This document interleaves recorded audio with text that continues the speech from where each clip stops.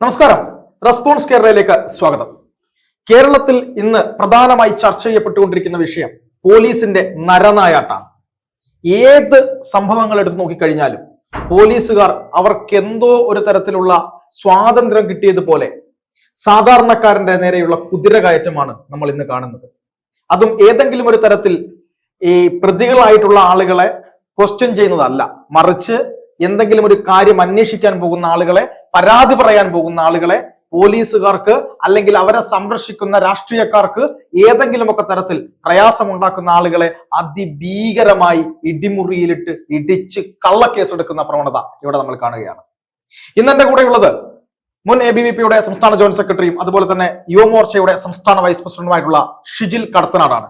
അദ്ദേഹത്തിന് ചില കാര്യങ്ങൾ നമ്മളോട് പങ്കുവെക്കാനുണ്ട്. സ്വാഗതം. കുറച്ച് മുമ്പത്തെ കാര്യമാണ്. കുറച്ച് മുമ്പിലത്തെ ഒരു അനുഭവം അങ്ങയുടെ ഫേസ്ബുക്ക് പേജിൽ പങ്കുവെച്ചിട്ടുണ്ടായിരുന്നു. അതായത് എനിക്ക് തോന്നുന്നു ഗുരുവായൂരിലെ ഒരു വിഷയവുമായി ബന്ധപ്പെട്ട്, ആ കലോത്സവവുമായി ബന്ധപ്പെട്ട് ചില വിഷയങ്ങൾ ഉണ്ടായപ്പോൾ അത് അന്വേഷിക്കാൻ വേണ്ടി ഒരു പോലീസ് സ്റ്റേഷനിലേക്ക് അങ്ങ് മുൻ ABVP സംസ്ഥാന പ്രസിഡന്റ് സനീഷ് മാഷ് ഉൾപ്പെടെയുള്ള ആളുകൾ പോകുമ്പോൾ അവിടെ ആ പോലീസുകാർ ക്രൂരമായി അവരോട് പെരുമാറിയ, നിങ്ങളോട് പെരുമാറിയ ആ പെരുമാറ്റത്തെ പറ്റി അങ്ങ് ഫേസ്ബുക്ക് പോസ്റ്റ് ഇട്ടു. അതിൽ എനിക്ക് തോന്നുന്നു ആ പോലീസുകാരുടെ പേര് ഈ പറയുന്ന പോലെ SI ശശിധരൻ, അതുപോലെ തന്നെ ഇപ്പോ DYSP ആയിട്ടുള്ള അന്നത്തെ CI K സുദർശൻ, CPO ആയിട്ടുള്ള റെനിൽ, AJ, ലിജോ CG, ഈ 4 പോലീസുകാരുടെ അതിൽ പേരെടുത്ത് പറയുന്നുണ്ട്. ആദ്യം ആ അനുഭവം ഒന്ന് പറയാമോ, എന്തായിരുന്നു അത്? ഞാൻ ABVP പൂർണ്ണസമയ പ്രവർത്തകനായിരുന്നു. 2014 സമയത്ത് തൃശ്ശൂർ അവിടെയായിരുന്നു ചുമതല ഉണ്ടായിരുന്നത്. അങ്ങനെ കലോത്സവം നടക്കുന്ന സമയമായിരുന്നു. ഗുരുവായൂരിൽ വെച്ച് തലേ ദിവസവും പിറ്റേ ദിവസവും ഒക്കെ ആയിട്ട് ജില്ലാ കലോത്സവം നടക്കുന്നു. ആ സമയത്ത് സംസ്കൃതോത്സവത്തെ വളരെ അപമാനിക്കപ്പെട്ട രീതിയിൽ കഴിഞ്ഞ ദിവസങ്ങളിലൊക്കെ അവിടെ നടന്നത് അങ്ങനെയായിരുന്നു. അതിന്റെ പേരിൽ ABVP അവിടുത്തെ ജില്ലയുടെ ചുമതലപ്പെട്ട ആ ഭാഗത്തെ ചുമതലയുള്ള ആൾക്കാർ ഒരു പ്രതിഷേധ പരിപാടി ഏകദേശം ഒരു ഉച്ചയ്ക്ക് 12 മണിക്ക് ഒരു വായ്മൂടി കെട്ടി പ്രതിഷേധം നടത്തി. ഏകദേശം ഒരു 10ാം ക്ലാസ്സിൽ പഠിക്കുന്ന കുട്ടികളടക്കം ഒരു 10 പേര് ഉണ്ടായിരുന്നു. ആ പ്രതിഷേധത്തെ പോലീസ്, അവിടുത്തെ CI അന്നത്തെ സുദർശൻ ആള് വന്ന് അറസ്റ്റ് ചെയ്തു. ചെറിയ വായ്മൂടിക്കെട്ടി പ്രതിഷേധത്തിന് എന്തിനാണ് അറസ്റ്റ് ചെയ്തത് എന്നുള്ള കാര്യത്തിൽ ഇതുവരെ നമുക്കറിയില്ല. അറസ്റ്റ് ചെയ്ത് കൊണ്ടുപോയി സ്റ്റേഷനിൽ കൊണ്ടുപോയി. ഇപ്പൊ നമ്മുടെ ABVP ജില്ലാ ചുമതലപ്പെട്ട ജില്ലാ കൺവീനർ സജിത്ത്, അദ്ദേഹം ഇപ്പൊ അഡ്വക്കേറ്റ് ആണ്. ABVP വിഭാഗ കൺവീനർ സംസ്ഥാന വൈസ് പ്രസിഡന്റ് ഒക്കെ ആയിരുന്ന KS അനൂപ്, ഇവരൊക്കെ പോലീസിനെ ബന്ധപ്പെട്ടു. പറഞ്ഞു പ്രശ്നമില്ല, 4 മണി വരെ ഒരു കരുതൽ തടങ്കലിലാണ്, വേറെ പ്രശ്നമൊന്നുമില്ല, 4 മണിക്ക് ശേഷം വിടാം എന്ന് പറഞ്ഞു. ഏകദേശം ഉച്ചയ്ക്ക് 1:30 നമ്മുടെ ജില്ലാ കമ്മിറ്റി അംഗം ആയിട്ടുള്ള ആള് ആ പോലീസ് സ്റ്റേഷനിലേക്ക് ചെന്നു. ഇവർക്ക് ഉച്ചഭക്ഷണം മേടിച്ചു കൊടുക്കാൻ. അപ്പൊ അതുവരെ ഉണ്ടായിരുന്ന പോലീസുകാരൻ, അവിടെ റൈറ്ററോ അല്ലെ ആ പോലീസ് സ്റ്റേഷനിൽ ഉണ്ടായിരുന്ന സാധാ CPO അവര് പെട്ടെന്ന് പറയുകയാണ്, നിന്റെ തറവാട്ട് വകയല്ല പോലീസ് സ്റ്റേഷൻ, പെട്ടെന്ന് ക്രിമിനൽസിന് ഭക്ഷണം മേടിച്ചു കൊടുക്കേണ്ട കാര്യമില്ല. 10ാം ക്ലാസ്സിൽ വായു മൂടിക്കെട്ടിയ സമരം നടത്തിയ ആൾക്കാരെ ഇങ്ങനെ പറയേണ്ട കാര്യമില്ലല്ലോ. ഭക്ഷണം കഴിക്കാൻ സ്വാഭാവികമായിട്ടും പോലീസാണ് നമ്മൾ ഭക്ഷണം കൊടുക്കണം എന്ന് നിർബന്ധമില്ല. നിയമപ്രകാരം പോലീസാണ് അവർക്ക് ഭക്ഷണം കൊടുക്കേണ്ടത്. പക്ഷെ ഭക്ഷണം പുറത്തുനിന്ന് മേടിച്ചു കൊടുക്കാം എന്ന് പറഞ്ഞിട്ട് പോലീസ് ഇതാണ് പറയുന്നത്. അതിനും അവർ സമ്മതിക്കുന്നില്ല. ഇല്ല. സ്വാഭാവികമായിട്ടും ആള് ജില്ലാ ചുമതലപ്പെട്ട ആൾക്കാരെ വിളിച്ച സമയത്ത് അവര് വീണ്ടും പോലീസിനെ വിളിച്ചു. പ്രശ്നമില്ല, 4 മണിക്ക് വിടുവല്ലോ, വേറെ ബുദ്ധിമുട്ടില്ല, അതുവരെ ഒന്ന് അഡ്ജസ്റ്റ് ചെയ്താൽ മതി എന്ന് SI പറയുകയാണ്. സ്വാഭാവികം. 4 മണിയായിട്ട് വിട്ടില്ല. ഏകദേശം 4:30, 5 മണിയായിട്ടും വിടുന്നില്ല. അപ്പൊ ആ സമയത്താണ് നമ്മൾ ആ സ്ഥലത്ത് പോലീസ് സ്റ്റേഷനിലേക്ക്, അന്ന് ഗുരുവായൂര് ഈ ടെമ്പിൾ പോലീസ് സ്റ്റേഷനും എല്ലാം കൂടെ ഒരുമിച്ചായിരുന്നു. പിന്നീടാണ് രണ്ടും വേറെ വേറെ ആയത്. 2014 ഒരുമിച്ചായിരുന്നു. പോലീസ് സ്റ്റേഷനിൽ ചെന്നു. ഞാൻ, സനൂപേട്ടൻ, സജിത്ത്, ഒരു 3 പേരും കൂടിയാണ് പോകുന്നത്. സനൂപേട്ടൻ എന്ന് പറഞ്ഞാൽ ഗുരുവായൂർ ശ്രീകൃഷ്ണ കോളേജിലെ ABVP യൂണിയൻ ചെയർമാൻ ആയിരുന്നു. അതായത് ആ യൂണിയൻ ചെയർമാൻ ആയതിന്റെ പേരില് പരീക്ഷാ ഹാളിലിരുന്ന് പരീക്ഷ എഴുതിക്കൊണ്ടിരിക്കുന്ന സമയത്ത് SFIക്കാർ വന്ന് ആക്രമിച്ച് അദ്ദേഹത്തിന്റെ ഇടത് കണ്ണ് വെപ്പ് കണ്ണാണ്, കാലിലൊക്കെ സ്റ്റീലിട്ടിരിക്കുന്ന ആളാണ്. ഇടത് കണ്ണ് SFIക്കാര് ഇരുമ്പ് ദണ്ട് ഉപയോഗിച്ച് അടിച്ച് അദ്ദേഹത്തിന്റെ കണ്ണ് ഇല്ല, നിലവിൽ കണ്ണില്ല, കണ്ണിന്റെ ഭാഗത്ത് വെപ്പ് കണ്ണാണ് വെച്ചിരിക്കുന്നത്. കാഴ്ചയില്ല. അതെ. അപ്പൊ അദ്ദേഹത്തെ ആ ഭാഗത്തുള്ള പലർക്കും, അദ്ദേഹത്തെ പോലീസുകാർക്കടക്കം, കാരണം ഒന്ന് ഗുരുവായൂരുള്ള സ്റ്റേഷനാണ്, ഗുരുവായൂർ ശ്രീകൃഷ്ണ കോളേജ് അവിടെയാണ്. സ്വാഭാവികമായിട്ടും പോലീസുകാർക്കടക്കം സ്റ്റേഷനിലെ ആൾക്കാർക്ക് പലർക്കും അദ്ദേഹത്തെ അറിയാം. ആ സമൂഹത്തിൽ അറിയപ്പെടുന്ന ആളാണ്. അദ്ദേഹത്തിന്റെ കേസ്, അതിന്റെ വിധി, അതൊക്കെ സമൂഹത്തിൽ ഭയങ്കര ചർച്ച ചെയ്ത കാര്യമായിരുന്നു. SFIയുടെ ക്രൂരതയുടെ ഇരയാണ്. അതെ അതെ, ജീവിക്കുന്നില്ല രക്തസാക്ഷി എന്ന് തന്നെ പറയാം. അപ്പോൾ സ്വാഭാവികമായിട്ട് നമ്മൾ ചെന്നു. അപ്പൊ ആ സമയത്താണ് പോലീസുകാരൻ പറയുന്നത്, ആ സമയത്ത് SIO CIO ഇങ്ങനെയുള്ള ആൾക്കാരില്ല.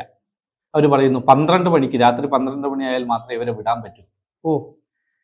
അപ്പൊ അത് ഒരു ശരിയായ നടപടിയല്ലല്ലോ. അല്ല. അപ്പൊ സ്വാഭാവികമായിട്ടും സനൂപേട്ടൻ ഈ കാര്യം പറഞ്ഞു. സനൂപേട്ടനെ ഒരു പോലീസുകാരൻ അയാൾ നേരെ സനൂപേട്ടന്റെ മുഖത്ത് ഇങ്ങനെ ചേർത്ത് പിടിച്ച് തള്ളി. ആ തള്ളുന്ന സമയത്ത് സനൂപേട്ടന്റെ കണ്ണ് ഈ നമ്മളെ കണ്ണ് പുറത്തേക്ക് തള്ളി വരുമല്ലോ, അങ്ങനെ കണ്ണ് പുറത്തേക്ക് തള്ളി വന്നു കണ്ണ് പുറത്ത് വീണു. ആ വെച്ച കണ്ണ് അത് നമുക്കിങ്ങനെ എടുക്കാൻ പറ്റുന്ന കണ്ണാണ്. അത് പുറത്തേക്ക് വന്നു. സനൂപേട്ടനെ പോലത്തെ ഒരാളെ ഇങ്ങനെ പോലീസ്, അതും എന്തോ മുൻവൈരാഗ്യം, സ്വാഭാവികമായിട്ടും മറ്റേ കാക്കി ഉടുപ്പിടുന്നതിന്റെ മുന്നേ അല്ലേ, കാക്കി ഉടുപ്പിട്ടത് കമ്മ്യൂണിസത്തിന്റെ ഭാഗമായിട്ടായിരിക്കും, അങ്ങനെയുള്ള ആളായിരിക്കാം. അതുകൊണ്ടായിരിക്കാം, എന്തോ മുൻവൈരാഗ്യം പോലുള്ള കാര്യമുള്ളതായിരിക്കാം. അല്ലാതെ ഈ ചെറിയ കാര്യത്തിലൊന്നും, ചെറുതെന്ന് വെച്ചാൽ ഒരു തരത്തിലുള്ള പ്രകോപനം, നമ്മളും സാധാരണ മാർച്ചൊക്കെ നടത്തുന്ന ആൾക്കാരല്ലേ, പോലീസുമായിട്ടും ഏതെങ്കിലും തരത്തിലുള്ള പ്രകോപനങ്ങൾ ഉണ്ടാവുമല്ലോ. ഇത് ഒരു തരത്തിലുള്ള പ്രകോപനവും ഇല്ലാതെയാണ് സനൂപേട്ടനെ പിടിച്ച് തള്ളുന്നത്. ആള് നേരെ പുറകിൽ ഡോറിലോട്ട് വീണു, ഡോറിലോട്ട് തള്ളി. അപ്പൊ ആളുടെ കാല് ഡോറിലിടിച്ചു. കാരണം വെച്ചാൽ കല്ല് സ്റ്റീൽ ഉണ്ടായിരുന്നു. അപ്പൊ ആ ആക്രമണത്തിന് പരിക്കേറ്റ് മുമ്പ് സ്റ്റീൽ വെച്ച കാലാണ്. അത് ഡോറിലിടിച്ചു. അപ്പൊ നമ്മുടെ കൂടെയുള്ള സജിത്ത് എന്ന് പറഞ്ഞ ആള് പോലീസുകാരോട് പറഞ്ഞ ആള് ഇങ്ങനെ പരിക്ക് പറ്റിയ, പോലീസും കാണുന്നുണ്ട് ഇയാളുടെ കണ്ണ് പുറത്തേക്ക് വന്നത്, ഇയാൾ ഇങ്ങനെ പരിക്ക് പറ്റിയ ആളാണ്, ഇയാളുടെ കാലിലും പ്രശ്നമുണ്ട്. ഇത് പറഞ്ഞു കേട്ടിട്ടും പോലീസുകാർ രണ്ടുപേരും CPO രണ്ടുപേരും വന്ന്, ബാക്കി പോലീസുകാരും വന്ന് ഇയാളെ കാലിന് ബൂട്ടിട്ട് ചവിട്ടുവാണ്. പൈപ്പ് വെച്ച കാലിന് അതെ ചവിട്ടുവാണ്. എന്നിട്ട് നേരെ നമ്മളെ തള്ളി പുറത്തേക്കാക്കി. ഈ സ്റ്റേഷനിൽ നിന്ന് പുറത്തേക്ക് തള്ളിയാക്കിയ സമയത്ത് എന്നോട് പറഞ്ഞു, പുറത്തുള്ള ആൾക്കാർ പുറത്തുള്ള വെച്ചാൽ മുതിർന്ന ആൾക്കാർ വിവരം അറിയിക്കൂ എന്ന് പറഞ്ഞ് എന്നെ സ്റ്റേഷനിൽ നിന്ന് പറഞ്ഞു വിട്ടു. ഈ രണ്ടുപേരും, സനൂപേട്ടനും സജിത്തേട്ടനും. ഞാൻ അവിടുന്ന് നേരെ പുറത്തേക്ക് പോയി. ഗുരുവായൂർ അമ്പലത്തിന്റെ നടയുടെ ആ ഭാഗത്തോട്ട്, മരപ്രഭുക്കളുടെ ആ ഭാഗം ഉണ്ടല്ലോ, ആ ഭാഗത്തിൽ അമ്പലത്തിന്റെ സൈഡിലോട്ട് പോയി. ഞാൻ 3-4 കോളുകൾ വിളിച്ചിട്ടുണ്ടാവും. അപ്പൊ ഒരാൾ വന്ന് പെട്ടെന്ന്, യൂണിഫോമിലുള്ള ആളല്ല, മഫ്റ്റിയിൽ വന്ന ഒരാൾ, കണ്ടാൽ പോലീസാണെന്ന് നമുക്ക് മനസ്സിലാവുന്ന ഒരാൾ വന്ന് കൈക്ക് പിടിച്ചു വാന്ന് പറഞ്ഞു. നേരെ പോലീസ് ജീപ്പ് തൊട്ടടുത്തുണ്ടായിരുന്നു, അവിടത്തേക്ക് കൊണ്ടുപോയി. മുന്നിലിരിക്കുന്ന SI, പിന്നീടാണ് SI ആണെന്ന് മനസ്സിലായത്. ആള് വന്ന ഉടനെ തന്നെ നേരെ മുഖത്തടിക്കുവാണ്. ഒന്നുമില്ല, നേരെ മുഖത്തടിക്കുവാണ്. അപ്പൊ എന്താ നമ്മൾ വിചാരിക്കുന്ന, ഒരടിയൊക്കെ സ്വാഭാവികമായിട്ട് ഒരടി എന്നല്ലേ വിചാരിക്കുന്നുള്ളൂ. നേരെ പിന്നെ ജീപ്പിന്റെ പുറകിലേക്ക് കൊണ്ടുവന്നു. കുനിച്ചു നിർത്തി, മുതുകത്തിടിക്കുന്നു, വയറ്റത്തിടിക്കുന്നു. ഒരു പോലീസുകാരൻ മണിഭാഗത്ത് പിടിച്ച്, അത് പിടിച്ചു എന്നൊക്കെ പറഞ്ഞാൽ ശരിക്കും ഞെക്കി നമ്മൾ നിലവിളിച്ചു. നമ്മൾ കേൾക്കും, അടിയന്തരാവസ്ഥ കാലത്തൊക്കെ ഉണ്ടായിരുന്നു, ജനനേന്ദ്രിയം തകർക്കണമെന്ന്. അത് നിലവിളിച്ചു പോകുന്നുണ്ടായിരുന്നു ആ പിടുത്തത്തില്. എന്നിട്ട് നേരെ ജീപ്പിലോട്ട് മേലാണ് ഇങ്ങനെ നേരെ തള്ളി അവിടെ ഇടുവാണ്. അപ്പം കവിന്ന് കിടന്നിട്ടാണ് ജീപ്പിലുള്ളത്. പോലീസുകാരൻ കയറി വന്നിട്ട് അവർക്ക് മേലെ കമ്പിയിലൊക്കെ പിടിച്ചിട്ട് ബൂട്ടിട്ട കാല് കൊണ്ട് ചവിട്ടുവാണ്, നടുപ്പുറത്ത് നട്ടലിൽ ചവിട്ടുവാണ്. ഇതിനിടയിൽ ലാത്തി വെച്ച് കുത്തുന്നുണ്ട്. ഞാൻ നോക്കുന്ന സമയത്ത് ചില സമയത്ത് ഇതിനൊരു റെസ്റ്റ് കിട്ടുമല്ലോ, ആ സമയത്ത് നോക്കുമ്പോൾ മുന്നിലത്തെ ഡ്രൈവറായി ഇടുന്ന ആൾ പോലും അതിലെ കുത്തുവാണ്. അയാൾ മുൻ സീറ്റിൽ ഇരിക്കുന്ന ആളാ, ജീപ്പ് അവിടെ നിർത്തിയിട്ടിരിക്കുക, അവിടുന്ന് പോലും കുത്തുവാണ്. ഈ ഒരു 4-5 പോലീസുകാര് ഏകദേശം ഒരു 20-25 മിനിറ്റ് വണ്ടി അവിടെ നിർത്തിയിട്ടു. എന്നിട്ടാണ് ഇടിയൊക്കെ ചെയ്യുന്നത്. അങ്ങേയറ്റം. അതെ, അവിടുന്ന് നേരെ സ്റ്റേഷനിലോട്ട് കൊണ്ടുവന്നു. അപ്പൊ ഞാൻ സജിത്തേട്ടനെയാണ് അവിടെ കാണുന്നത്. അപ്പൊ സജിത്തേട്ടനെ കണ്ട ഉടനെ മനസ്സിലായി സജിത്തേട്ടനും അടി കിട്ടിയിട്ടുണ്ട് എന്നുള്ള കാര്യം. സനൂപേട്ടനും ബാക്കിയുള്ളവരും എല്ലാം കാണുന്നത്, സജിത്തേട്ടനെ കാണുന്നത്. സജിത്തേട്ടനെ കാണുമ്പോൾ നമുക്ക് മനസ്സിലാവുമല്ലോ ആ ക്ഷീണം, ആ അടി കിട്ടിയ അങ്ങനെ നിൽക്കുന്ന അവസ്ഥയാണ്. എന്താ സംഭവിച്ചെന്ന് മനസ്സിലാവാത്ത ഇതില്. അപ്പം നേരെ സ്റ്റേഷനിലെത്തി, ബോധം കെട്ടുപോയി. ഞാൻ തലകറങ്ങി വീണു, നിലത്ത് വീണ സമയത്ത് പിന്നെ എനിക്ക് ഒരു തലയുടെ ഭാഗത്തുനിന്ന് മരവിപ്പോ എന്തോ വേദന പോലെ ഫീൽ ചെയ്യുന്നു. നോക്കുമ്പോൾ ഇയാൾ ഒരു പോലീസുകാരൻ ബൂട്ടിട്ട കാലുകൊണ്ട് തലക്ക് ചവിട്ടുവാണ്. നിലത്ത് വീണ് കിടക്കുന്ന ഒരാളല്ലേ, ബോധം കെട്ട് വീണ് കിടക്കുന്ന ഒരാളെ തലക്ക് ചവിട്ടുവാണ്. ഇത് കഴിഞ്ഞ് കുറച്ച് കഴിഞ്ഞപ്പോൾ മുഖത്ത് എന്തോ ഒരു ഈ വെള്ളം പോലെ എന്തോ നനവിന്റെ സംഭവം ഫീൽ ചെയ്തു. കാർക്കിച്ച് തുപ്പിയതാ. ഈ അബോധാവസ്ഥയിലും നമുക്ക് ചില കാര്യങ്ങൾ മനസ്സിലാവുമല്ലോ. അത് കഴിഞ്ഞ് പിന്നെ നനഞ്ഞപ്പോൾ അതായത് വെള്ളം ഒഴിച്ചതാന്ന് പിന്നെയാണ് മനസ്സിലായത്.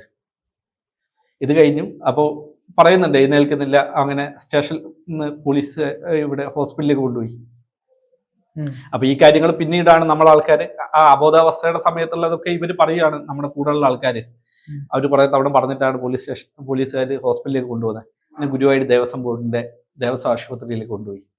അവിടെ ചെന്ന് ഡ്രിപ്പ് ഇട്ടു. പിന്നെ ഒരു കുറച്ച് കഴിഞ്ഞപ്പോൾ നമ്മൾ ഏതോ ഒരു മയക്കത്തിന്റെ അബോധാവസ്ഥയുടെ ഇതുണ്ടല്ലോ, ആ സമയത്ത് നമ്മൾ ശബ്ദം കേൾക്കുന്നുണ്ട്. ശബ്ദം കേൾക്കുമ്പോൾ ഒരു സ്ത്രീ ശബ്ദം കേൾക്കുന്നുണ്ട്. അതോടൊപ്പം തന്നെ ഒരാണുങ്ങളുടെ, അത് പോലീസുകാരനാ, അവരുടെ ശബ്ദവും കേൾക്കുന്നുണ്ട്. പോലീസുകാരൻ നമ്മളിങ്ങനെ ചേർത്ത് കട്ടിലിനോട് ഇങ്ങനെ ചേർത്ത് പിടിച്ചിരിക്കുക, കഴുത്തിന് ചേർത്തിട്ട്. അതായത് ഒരാൾ ഹോസ്പിറ്റലിൽ കിടക്കുവാണ്, അവിടെ പോലും പോലീസ് ഇതാണ് ചെയ്തുകൊണ്ടിരിക്കുന്നത്. ആശുപത്രി കിടക്കൽ പോലും കഴുത്ത് പിടിച്ചിരിക്കുകയാണ്, തെറി വിളിക്കുന്നുണ്ട്. അപ്പൊ ഈ കൂടെയുള്ള അമ്മ, അത് ചേച്ചി എന്ന് പറഞ്ഞല്ലോ, അവിടെ ഒരു സ്ത്രീ ശബ്ദം കേട്ടത്. അത് നമ്മളെ രമ രഘുനന്ദൻ എന്ന് പറഞ്ഞ് ഈ മഹിളാ മോർച്ചയുടെ ഒക്കെ സംസ്ഥാന പ്രസിഡന്റ് ആയിരുന്നു, BJPയുടെ സംസ്ഥാന വൈസ് പ്രസിഡന്റ് ആയിരുന്നു. അവരും അവരുടെ ഭർത്താവ് രഘുവേട്ടൻ പാർട്ടിയുടെ ജില്ലാ പ്രസിഡന്റ്, BJPയുടെ ജില്ലാ പ്രസിഡന്റ് ആയിരുന്ന ആളാണ്. ഇവർ രണ്ടുപേരുമാണ് ഞങ്ങളുടെ മോനാണ്, ഉപദ്രവിക്കരുത് എന്ന് പറഞ്ഞ് അവരാണ് പോലീസിനോട് പറയുന്നത്. അപ്പൊ ആ സമയത്താണ് ഈ പോലീസുകാർ ഇത് ചെയ്തുകൊണ്ടിരിക്കുന്നത്. ഇപ്പൊ ഏകദേശം ട്രിപ്പ് ഒരു 3/4 ഭാഗമൊക്കെ എത്തിയ സമയത്ത് കയ്യിലെ നീഡിലുണ്ട് അവിടെ തന്നെ, ട്രിപ്പ് കയറ്റാനുള്ളത്. പക്ഷെ ബാക്കി ട്രിപ്പിന്റെ എല്ലാ ഇതും എടുത്തു കളഞ്ഞിട്ട് പോലീസ് അവിടുന്ന്, ഡോക്ടർ പറഞ്ഞു ഇയാളെ എത്രയും പെട്ടെന്ന് മെഡിക്കൽ കോളേജിൽ കൊണ്ടുപോകണം, കുറച്ച് മോശമാണ് അവസ്ഥ. പക്ഷെ ഇതിന് പകരം നീഡിലൊക്കെ ഊരി ഞങ്ങൾ കൊണ്ടുപോയിക്കോളാം എന്ന് പറഞ്ഞ് പോലീസ് അവിടുന്ന് വലിച്ച് നമ്മളെ ജീപ്പിലോട്ട് കൊണ്ടുപോകും. ഒരു 10-20 മീറ്റർ ഉണ്ട്, വലിച്ചു കൊണ്ടാണ് കൊണ്ടുപോകുന്നത്. അപ്പോൾ രമേശ് പറഞ്ഞു ഞങ്ങളെ മോനെ ഉപദ്രവിക്കില്ല, നേരെ കൊണ്ടുപോകൂ, ഞങ്ങൾ ആംബുലൻസ് ശരിയാക്കാം. പോലീസ് അത് കേട്ടില്ല. എന്നിട്ട് നേരെ നമ്മളെ കൂടെ ഒരു പോലീസുകാരനും അതോടൊപ്പം തന്നെ നമ്മളെ കൂടെയുള്ള ഒരു ചേട്ടനും, അവിടെ ഉണ്ടായിരുന്ന രമേശൊക്കെ വന്ന ഒരു ചേട്ടനും കൂടെ ചേർത്ത് പിടിച്ച് താങ്ങി പിടിച്ച് ജീപ്പിലാക്കി. നമ്മളും വിചാരിക്കുന്നത് പോലീസ് സ്റ്റേഷനിൽ പോലീസുകാർ കൊണ്ടുപോകുന്നത് ഹോസ്പിറ്റലിലേക്കാണ്, മെഡിക്കൽ കോളേജിലേക്കാണ് കൊണ്ടുപോകുന്നതെന്നാ. പക്ഷെ അല്ല, നേരെ തിരിച്ച് പോലീസ് സ്റ്റേഷനിൽ തന്നെ കൊണ്ടുപോകുന്നു. അത്രയും ഗുരുതരാവസ്ഥയിലുള്ള ഒരാളെ തിരിച്ച് പോലീസ് സ്റ്റേഷനിലോട്ട് കൊണ്ടുവന്ന മാത്രമല്ല, അവിടെ നിലത്ത് ബാക്കിയുള്ളവരുടെ കൂടെ അല്ല ഇരുത്തുന്നത്, നിലത്തൊരു സൈഡിലാണ് ഇരുത്തുന്നത്. അവിടെ ഇരുത്തി ആ സമയത്ത് നമുക്ക് ഒരു പാതി ബോധം ഇല്ലാത്ത അവസ്ഥയാണ്. കാരണം ഈ ട്രിപ്പ് ഇട്ടതിൻ്റെയും അടി കിട്ടിയതിൻ്റെയും നമുക്കറിയാമല്ലോ, അതിൻ്റെ ഒരു ഹാങ് ഓവർ സംഭവത്തിലാണല്ലോ ഇരിക്കുന്നത്. അപ്പം ബാക്കിയുള്ള രണ്ടുപേരും സൈതണ്ണും സന്നുവണ്ണും അവിടെ ഇരിക്കുന്നുണ്ട്. അവരടുത്തല്ലാതെ തന്നെ മാറ്റി ഇരുത്തിയിട്ടുണ്ട്. നിലത്തിരുത്തിയ സ്ഥലത്ത് ഇങ്ങനെ നടന്നു പോകുമ്പോൾ ഒരാളുടെ കാലിന് വെച്ചാൽ കൈയുടെ സംഭവത്തിൽ ചവിട്ടി അയാളുടെ കാല് വെച്ചിട്ട് ബൂട്ടിട്ട്. അപ്പൊ നമ്മൾ ചോദിക്കുന്ന അറിയാതെ ചവിട്ടിപ്പോയതായിരിക്കും. അയാൾ CI ആയിരുന്നു. അയാൾ അങ്ങോട്ട് പോകുമ്പോൾ ഇങ്ങോട്ട് പോകുമ്പോൾ ഒരു ചവിട്ട്, അങ്ങോട്ട് പോകുമ്പോൾ ഇങ്ങോട്ട് പോകുമ്പോൾ ചവിട്ടുവാണ് കൈക്ക്. നമ്മൾ കൈ സ്വാഭാവികമായിട്ടും മറ്റേ ക്ഷീണിച്ചിരിക്കുന്ന സംഭവമല്ലേ, നിലത്ത് കൈയൊക്കെ വെച്ചിരിക്കുമല്ലേ, ചവിട്ടുവാണ്. അത് എല്ലാം കഴിഞ്ഞ്, അതായത് അവിടുന്ന് ജീപ്പിൽ പിടിച്ചു കൊണ്ടുവന്ന സമയം മുതലുള്ള അടി എല്ലാം കഴിഞ്ഞ് ഹോസ്പിറ്റലിൽ കൊണ്ടുവന്ന് എന്നിട്ട് തിരിച്ച് പോലീസ് സ്റ്റേഷനിൽ കൊണ്ടുവന്നിട്ടാണ് ചെയ്യുന്നത്. ഏകദേശം വൈകിട്ട് 6 മണിക്ക് തുടങ്ങിയതാണ്. രാത്രി 12:30 ഏകദേശം 12:15 ആയപ്പോഴാണ് ഇവരെന്ത് ചെയ്യുന്നത്, നമ്മളെ ഹോസ്പിറ്റലിലോട്ട് താലൂക്ക് ആശുപത്രി കൊണ്ടുപോയി. താലൂക്ക് ചാവക്കാട് നിന്ന് ഞങ്ങളെ 3 പേരെയും. അതുവരെ പോലീസ് ഞങ്ങൾക്കെതിരെയുള്ള കള്ളക്കേസ് എടുത്തു. റിമാൻഡ് ചെയ്യാനുള്ള എല്ലാ വകുപ്പും ചേർത്തു. പോലീസ് സ്റ്റേഷൻ ആക്രമണം പോലുള്ള ഒരായുധവും ഇല്ലാതെ പോലീസ് സ്റ്റേഷൻ 3 പേര്, അതിൽ ഒരാൾ സനുവേട്ടനെ പോലെ കണ്ണില്ലാത്ത അല്ലെ കാലിന് വയ്യാത്ത ഒരാൾ വെച്ചിട്ടാണ് അവർ ഈ പോലീസ് സ്റ്റേഷൻ ആക്രമിച്ചു എന്നുള്ള സംഭവത്തിൽ കേസ് എടുക്കുന്നത്. ആ രീതിക്കാണ് അവർ കേസ് എടുത്തത്. പിന്നെ നേരെ അവിടുന്ന് ചാവക്കാട് സ്റ്റേഷനിൽ ഇവിടെ ഹോസ്പിറ്റലിൽ കൊണ്ടുപോയി, താലൂക്ക് ആശുപത്രിയിൽ കൊണ്ടുപോയി. അവിടുത്തെ മെഡിക്കൽ സർട്ടിഫിക്കറ്റിൽ അവിടുത്തെ ഡോക്ടർ വെച്ച് അവർ എഴുതിച്ചു അയാൾക്ക് സീരിയസ് ആയിട്ട് പ്രശ്നമൊന്നുമില്ല.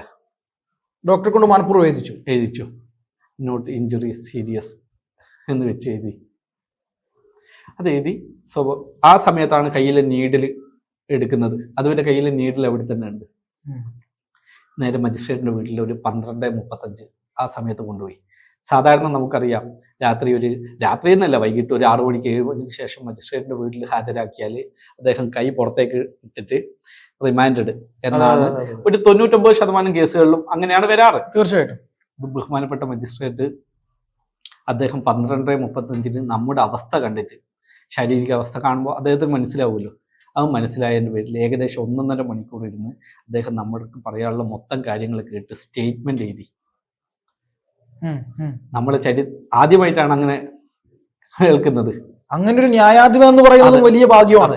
അദ്ദേഹത്തിന് രാത്രി ആയതുകൊണ്ട് ഏകദേശം 12:35 അപ്പം തന്നെ പോലീസിനോട് പറഞ്ഞു വൂണ്ട് സർട്ടിഫിക്കറ്റ് നാളെ രാവിലെ 11 മണിക്ക്, അത് നാളെ പിറ്റേ ദിവസം രാവിലെ 11 മണിക്ക് ഹാജരാക്കണം. APPO ഇവരൊന്നും ഇല്ലാത്തത് കൊണ്ടായിരിക്കാം ചിലപ്പോൾ അവര് ജാമ്യം തരാതെ ഉണ്ടാവുക. പിറ്റേ ദിവസം രാവിലെ ഹാജരാക്കാൻ പറഞ്ഞു. നേരെ റിമാൻഡ് ചെയ്തു, സബ് ജയിലിലോട്ട് കൊണ്ടുപോയി. പിറ്റേ ദിവസം ഏകദേശം ഉച്ചയോടുകൂടി ജാമ്യം കിട്ടി. ഉച്ചയോടുകൂടി ജാമ്യം കിട്ടി. നേരെ അവിടെ കുന്നംകുളത്തുള്ള റോയൽ ഹോസ്പിറ്റൽ. കാരണം തലേ ദിവസത്തെ മരുന്നിന്റെ എഫക്റ്റും അടിയുടെ ക്ഷീണവും എല്ലാം കൊണ്ടും ശരീരത്തിന് ഒന്നും പറ്റാത്ത അവസ്ഥ, ഒരു 5 അടി 10 അടി പോലും നടക്കാൻ പറ്റാത്ത അവസ്ഥ. ഇയർ ബാലൻസ് നഷ്ടപ്പെട്ടു, എന്റെയും സൈത്തറിന്റെയും രണ്ടുപേരുടെയും ബാലൻസ്. അടിയുടെ ചെവിക്ക് ഗുരുതരമായ പ്രശ്നം ഉണ്ടായിട്ടുണ്ടാവും. ഇയർ ബാലൻസ് നഷ്ടപ്പെട്ടു. ഏകദേശം അവിടെ ഒരു 8-9 ദിവസം കിടന്നു റോയൽ ആശുപത്രിയിൽ. പിന്നെ അശ്വിനിയിലോട്ട് തൃശ്ശൂർ കൊണ്ടുവന്നു, അശ്വിനി ഹോസ്പിറ്റലിൽ കൊണ്ടുവന്നു. അവിടെയായിരുന്നു ഏകദേശം 19 ദിവസം അങ്ങനെ കണ്ടിന്യൂ ഹോസ്പിറ്റലിൽ തന്നെ ആയിരുന്നു. ഇത് കഴിഞ്ഞതിന് ശേഷമാണ് പിന്നെ ആയുർവേദ ട്രീറ്റ്മെന്റിലോട്ട് മാറിയത്. നമ്മൾ കേൾക്കുന്ന ഇടിയൻ പോലീസ് എന്നുള്ളത്, അല്ലെ ജനമൈത്രി പോലീസ് എന്ന് ബോർഡ് വെച്ചിട്ട് ഇടിയൻ പോലീസ് എന്നുള്ളത് നമ്മൾ ഈ കാലഘട്ടത്തിൽ എവിടെയും കേൾക്കുന്നില്ലല്ലോ. അത് നമ്മൾ അനുഭവിച്ചറിഞ്ഞു ആ സമയത്ത്. വളരെ വളരെ എന്താ ദാരുണമായ ഗുരുതരമായ ക്രൂരതയുടെ മുഖമാണ് ഇപ്പൊ പറഞ്ഞിട്ടുള്ളത്. ഇപ്പം യുവമോർച്ചയുടെ സംസ്ഥാന വൈസ് പ്രസിഡന്റായി നിൽക്കുന്ന സമയത്ത് പോലും നമ്മൾ, എനിക്ക് തോന്നുന്നു, ഒരുപാട് ആയുർവേദ ചികിത്സ ഉൾപ്പെടെ നടത്തിയിട്ടാണ് ഈ നിലയിൽ എത്തി നിൽക്കുന്നത്. പക്ഷെ ഞാൻ ഒരു കാര്യം കൂടി ചോദിക്കട്ടെ, അതായത് അവസാനമായ ഒരു ചോദ്യം കൂടെ. ഇന്ന് ഈ രാഷ്ട്രീയ ഭേദമന്യേ പരാതി പറയുന്ന ആളുകളെല്ലാം പറയുന്നത് ഈ പോലീസ് സ്റ്റേഷനുകളിൽ കാര്യം അന്വേഷിക്കാൻ പോകുന്ന, എന്താണ് ഉണ്ടായത് എന്ന് ചോദിക്കാൻ പോകുന്ന രാഷ്ട്രീയ പ്രവർത്തകരെ അടക്കം അതിക്രൂരമായി ആക്രമിക്കുന്ന പോലീസിന്റെ, ആ പഴയ കുട്ടമ്പുള്ള പോലീസ് ഉണ്ടല്ലോ, രാജനെ ഉരുട്ടിക്കൊന്ന കാലത്തെ പോലീസ്, ആ പോലീസിന്റെ ഒരു അതേ മുഖം ഇപ്പോഴും ഈ സർവീസിൽ ഉണ്ടാവുകയും അവരെ ഇടത് വലത് എന്നില്ലാതെ സംരക്ഷിച്ചുകൊണ്ടിരിക്കുകയും ചെയ്യുന്ന ഒരു കഥയല്ലേ നമ്മൾ കാണുന്നത്? അല്ലെ? ഇത് ഇത് ഇത് എത്രമാത്രം ഈ നമ്മളിപ്പോ ഇത് ഇത്രയും കാര്യങ്ങൾ പുറത്തു വന്നത് കൊണ്ട് ജനങ്ങൾ അറിഞ്ഞു, ഇല്ലെങ്കിൽ എങ്ങനെയാണ് ഇത് ആളുകൾ അറിയുക? നമ്മളൊരു പൊതുപ്രവർത്തകനായിട്ട് നമുക്ക് ഇത്രയെങ്കിലും പറയാൻ കഴിഞ്ഞ 11 വർഷമായിട്ട് നമ്മൾ ഈ കേസിന്റെ പുറകെയുണ്ട്. നമ്മൾ കൊടുത്ത കേസ്, പോലീസ് എടുത്ത കേസുണ്ട്, നമ്മൾ കൊടുത്ത പ്രൈവറ്റ് പെറ്റീഷനായി കൊടുത്ത കേസുണ്ട്. 2 കേസുമായിട്ട് 11 വർഷമായിട്ട് നടക്കുകയാണ്. ഇത് സാധാരണക്കാരനായ ഒരാൾക്ക് എങ്ങനെയാ ചെയ്യാൻ പറ്റുക? തീർച്ചയായിട്ടും ഒരിക്കൽ അടികിട്ടി മേടിച്ചു, അയാളുടെ ട്രീറ്റ്മെന്റുമായിട്ട് മുന്നോട്ട് പോകാൻ മാത്രമേ പറ്റൂ. ഇതിലിപ്പോ സുദർശനൻ എന്ന് പറഞ്ഞ ആള്, അദ്ദേഹം ഇപ്പൊ ക്രൈംബ്രാഞ്ചിൽ SP ആണ്. ബാക്കി പോലീസുകാരും സർവീസിൽ തന്നെ ഉണ്ട്. ഈ സർവീസിലുള്ള ഈ സുദർശൻ ഉൾപ്പെടെയുള്ള, അതുപോലെ തന്നെ എന്താണ് ഈ ശശിധരൻ ഉൾപ്പെടെയുള്ള, റെനിൽ തുടങ്ങിയ പോലീസുകാർ ഇപ്പോഴും സർവീസിലുണ്ട്. ഇവരെ ഈ സർക്കാർ ഉൾപ്പെടെയുള്ളവർ സംരക്ഷിച്ചുകൊണ്ടിരിക്കുകയാണ്. ഇവർക്കെതിരെ ശക്തമായ നടപടി, അതായത് ഈ ഇത്തരം ഇടിയൻ പോലീസുകാരെ, ക്രിമിനൽ വൽക്കരിക്കുന്ന പോലീസുകാരെ, ക്രിമിനലുകളെ ഈ സർവീസിൽ നിന്ന് പിരിച്ചുവിടേണ്ടത് അനിവാര്യമാണ്. സത്യമാണ്.